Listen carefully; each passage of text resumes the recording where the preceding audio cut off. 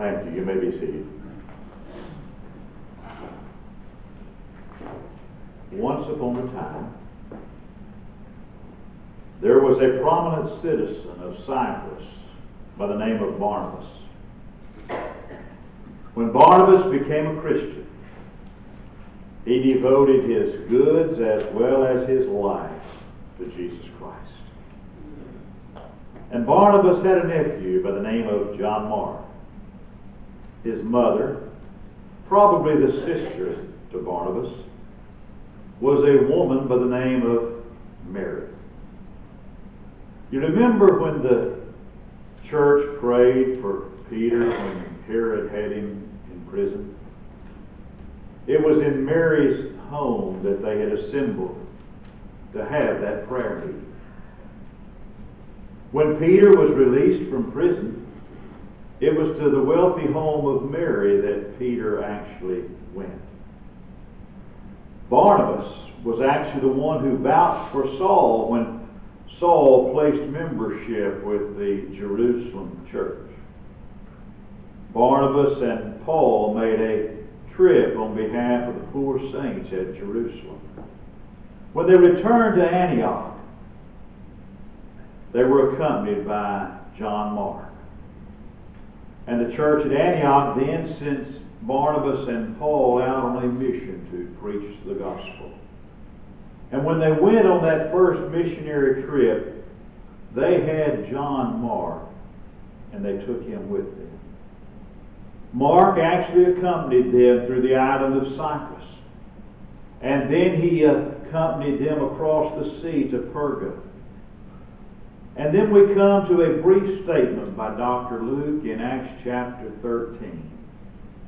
He says John left them and returned to Jerusalem. From the attitude that Paul later took, we know there was actually no good excuse for John Mark turning back. And yet, since Dr. Luke is silent, all we can do is speculate as to the reason of Mark's actions. I like to think that Mark turned back because he got homesick. He started thinking about that comfortable, sort of perfect sleeper he had back home. He was thinking about Mama's chicken fried steak and roast beef on Sunday. And he was missing all that, and maybe his zeal for this adventure had worn off by this time, and maybe the whole enterprise was distasteful to him. And then again, maybe John Mark had gotten seasick on the voyage from Cyprus and didn't have any Dramamine to take care of that problem. And all those insects, maybe he had had malaria. Maybe he took a look at the great Taurus Mountains, and he had heard the stories of the brigands and the robbers and the gangs that inhabited and roamed those mountains. I mean, after all, Paul's getting into some dangerous and difficult territory now. He's beginning to write the history of what he writes about in the Corinthian letter when he writes about perils of waters and robbers and my own countrymen and the heathen, the city, the wilderness, the sea, and false brethren. All that's mentioned in 2 Corinthians chapter 11. Maybe Mark actually saw what was coming. And he just didn't have the stuff inside him to face it. And he didn't have the stuff inside him to endure it. So he left the elderly Barnabas and the frail Paul to climb the mountains alone. And he took the first steps on his voyage back home to where Mama was. Well, then the time comes, after they've had the conference on circumcision in Jerusalem, the time comes that they're planning, Paul and Barnabas are planning their next journey. They're going to go back and visit all the churches that they've established. And they're going to start from Antioch and go. And Barnabas said, well, I want us to take John Mark with us on this trip. Paul said, no. Paul actually refused to let John Mark go with him on that second voyage. He didn't think it wise, he didn't think it was prudent to take a man with him who had deserted him. This led to a dispute, a sad dispute, between those two great preachers, Paul and Barnabas. Luke tells us there was a sharp contention between the two. And it led to the separation of those two great Christian workers. Paul took Silas, and he started northwest and went to Cyprus. Barnabas took Mark and sailed for Cyprus after Paul had gone to Tarsus. But this journey is a very different journey for Mark. Paul had been with them on the previous journey. Now they're without Paul. You see, Paul regarded John Mark as a quitter and a coward. He considered him a deserter. He considered that John Mark was not fit to go with him on a great journey into Asia to preach the gospel. And there is the last we see of John Mark for quite some time. Because John Mark is the man who failed. And failed about as miserably as anybody could fail. You know, folks will forgive almost any weakness they can find. Folks will forget almost any fault. But the one fault and the one weakness folks seem to find the hardest to forgive is cowardice. And that was the charge against Mark. The bravest soul, Paul, the world ever saw, told Mark, you're not fit to go with us to preach the gospel. That, however, thankfully, is not the whole story of Mark. Because if that was all there was to tell of Mark, he wouldn't be worth our time this morning. But there's another chapter to his life story, and it's a much better chapter in his life story. And that's the reason I find John Mark to be an interesting individual. Because you see, if God can find a place and a use for men like Mark and Peter, God can find a use, and God can find a place for flawed men like me. And He can also find a place for you for usefulness in His kingdom. The next time we hear of John Mark, he is in the company of another of the apostles, Peter. In his very first epistle, Peter sends a message to Christians that are scattered around the world. He says, the church that's in Babylon saluteth you. Now that's probably the name that Peter has given to Rome because of their corrupt and worldly nature. He says the church at Babylon salutes you. And then he says, Marcus, my son, also saluteth you. By this point, Mark has redeemed himself enough and approved himself so much in the eyes of Peter that he's with Peter. He's his companion. He's his friend. And just as Paul referred to Timothy as his son in the gospel, Peter refers to Mark, my son. There's evidently complete confidence. And there's deep affection in Peter's relationship with Mark. Well, the next mention we have of Mark comes from Rome. And this time we find Mark is not with Peter. He's with Paul. In his letter to the church at Colossae, Paul sends this greeting. It's in chapter 4 and verse 10 of the Colossian letter. He says, Aristarchus, my fellow prisoner, saluteth you, and Marcus, sister's son to Barnabas. And then Paul goes on to say that if Mark comes to you, you are to receive him. By this time, Mark has completely reestablished himself in the eyes of Paul. And the implication there is Mark had a reputation among the churches as a deserter because he had left Paul and Barnabas.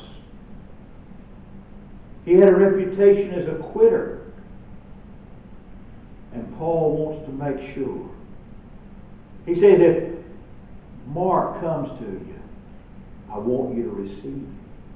He wants to make sure they don't hold what he's done in the past against him. And then again, in the letter to Philemon, Paul writes to Philemon, and he sends the greetings of Mark, Aristarchus, Demas, and Luke. And how does he refer to them? He says, my fellow workers. But to me, the most thrilling mention of Mark, the most beautiful mention of Mark, comes in Paul's last letter. 2 Timothy was written not long before Paul was put to death. Paul's writing from a cold, damp, dark dungeon in Rome. Nero has put him there. Luke is probably actually the one that's writing the letter as Paul dictates it. And he's writing it to young Timothy in faraway Ephesus. And Paul says to Timothy, I want you to come. And when you come, I want you to bring the cloak that I left at Troas with Carpus.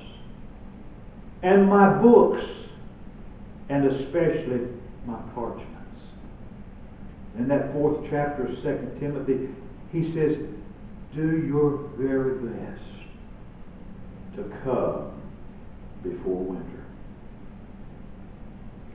He tells him, Demas has forsaken me because he loved the world more than he loved God. Crescens has gone to Galatia to preach, and Titus is preaching in Dalmatia, and Luke is the only one that's with me. Paul's told him to bring his cloak and his books and his parchments. And then Paul adds one more request. There's another friend Paul wants to have with him in those last hours. Who is he? Is it Onesimus that he had rescued from sin and shame as being the runaway slave from Philemon? Is it Aristarchus or Silas, the companions of his journeys? Is it Priscilla and Aquila, the 2 tent makers who were with him in Ephesus? None of them. Paul says to Timothy, he says, take Mark and bring him with you when you come, for he is profitable to me for the ministry. Paul says, I want Mark. I want the man that deserted me at Perga and left me to climb the mountains alone.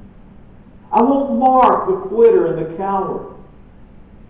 I want Mark, who caused the separation between me and Barnabas. He says, take Mark. Bring him when you come. Bring Mark to me, because Mark is profitable to me for the ministry. The man that started out so poorly is making a grand finish. The man that threw away his first chance has made a noble use of his second chance. The man who is first mentioned as a deserter and a coward, that's the man Paul wants with him as he faces death at the hands of Nero's executioner.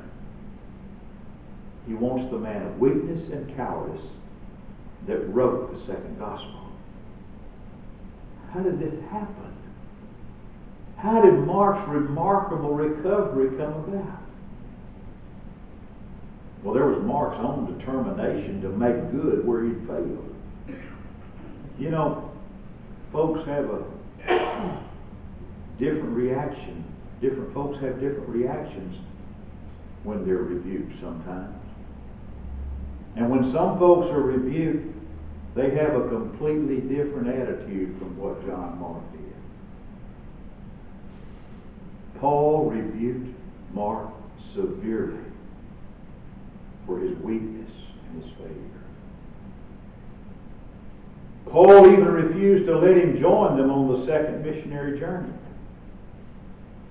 Well, some folks would have reacted with utter defiance. Some folks would have reacted in anger. fine, Paul, that's the way you feel. You just forget about me. I don't even want to be near you. I don't want to breathe the same air you do. I've rebuked folks in the past and pretty much gotten that reaction out of it. But Mark didn't react that way. Rather than defiance and anger, with Mark it was just the opposite. Mark wasn't angry with Paul. And he didn't defiantly throw away Christianity and abandon the Lord because of it. Mark resolved in his heart he would do better. He resolved in his heart that he would show Paul he could make a man out of himself. But there was something else that took place, and that was the sympathy of Peter. And that's not something we ought to find strange. And it's not something that we ought to find out of the ordinary. Peter could look back in his own life, and Peter could see the dark and bitter time that night he had denied Jesus. The night he went out and wept with bitter tears rolling down his face. The night that in Jesus' hour of need, Peter had failed him so miserably. Because of his own failure, Peter could find sympathy for Mark. But then again, Paul needs to receive some credit for Mark's restoration and Mark's growth. A lesser man than Paul would never have been reconciled to someone who had deserted him in the hour of need, like Mark had done at Perga. But with Paul, it wasn't a matter of personal feeling. With Paul, it was a matter of principle. The moment Mark proved he could do better, and Mark showed that he wanted to do better, Paul gave him a second chance. You remember Paul wrote that beautiful passage of Scripture in Galatians 6 and verse 1? Read it. If a man be overtaken in a fault, you which are spiritual, restore such a one in a spirit of meekness, considering thyself, lest thou also be tempted. In the case of Mark, Paul was putting into practice what he had been preaching. He said, Mark, it's all forgiven. Mark, it's all been forgotten. I personally find it heartwarming, actually, to read what Paul wrote to Timothy. Take Mark. Bring him with you. He's profitable to me for the ministry. But that's not the most wonderful part of the story. Mark's resolve to do better is wonderful. The love and the sympathy of Peter is wonderful. The forgiveness of Paul is touching. But the most wonderful, beautiful part of the story is the love and the grace of God. It was the love of God and God's beautiful forgiveness. And that's what brought Mark from failure and sin to a place of usefulness and honor. All of us, every one of us, is conscious from time to time of our failures. We're conscious of our own weaknesses, aren't we? We can sit down and all of us could recall and can recall times of deep, even tragic failure. Times when we failed ourselves. Times when we failed our friends. Times when we failed our family. We can recall times we failed God because we didn't give God our very best. Because of God's love and God's grace and God's mercy, we can read the story of John Mark and we can take heart again and realize for the penitent soul that's willing to repent and willing to ask God for forgiveness and willing to start over, our God is the God of the second chance, and the third, and the fourth, and the fifth. And I'm so thankful for that. And all of us should be. Remember the story of Mark and take heart. Do you need to make changes? Do you need to come back to the Lord? Do you need to do something different? If we can help you do that, this is your opportunity to do it. Is to get